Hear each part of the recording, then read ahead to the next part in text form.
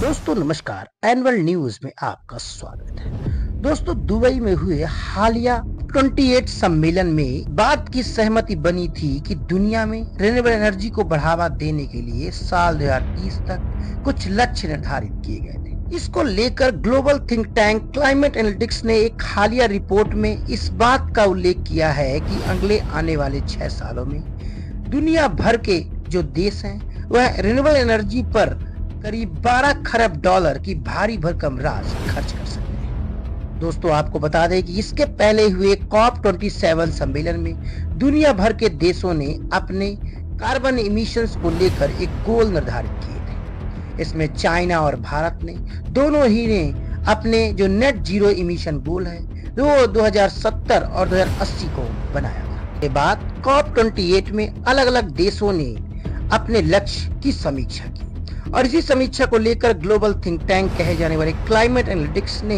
एक रिपोर्ट इसके ऊपर प्रकाशित की है। इस रिपोर्ट में क्लाइमेट एनालिटिक्स ने दुनिया भर में रिन्यूएबल एनर्जी पर होने वाले खर्चे की समीक्षा करते हुए इस रिपोर्ट में अपने लक्ष्यों के प्रति ये देश कितने जिम्मेदार हैं इसकी चर्चा बखूबी की गई है। इसी दिशा में काम करते हुए भारत और चीन का ही अक्षय ऊर्जा में निवेश दुनिया में सबसे ज्यादा निवेशकों के दृष्टिकोण से आता है।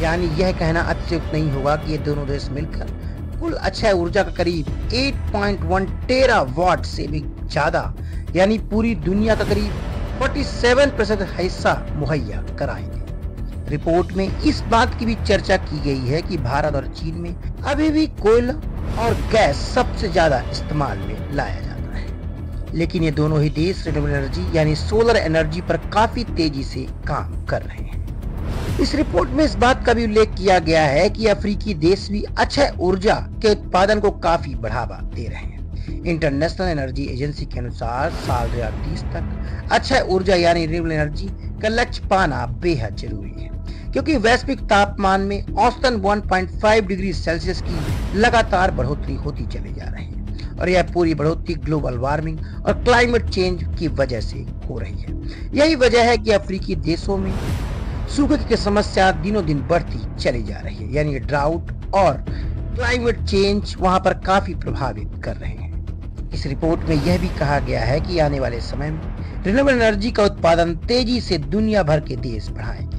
वहीं भारत और चाइना इसमें सबसे अग्रणी भूमिका निभाएंगे।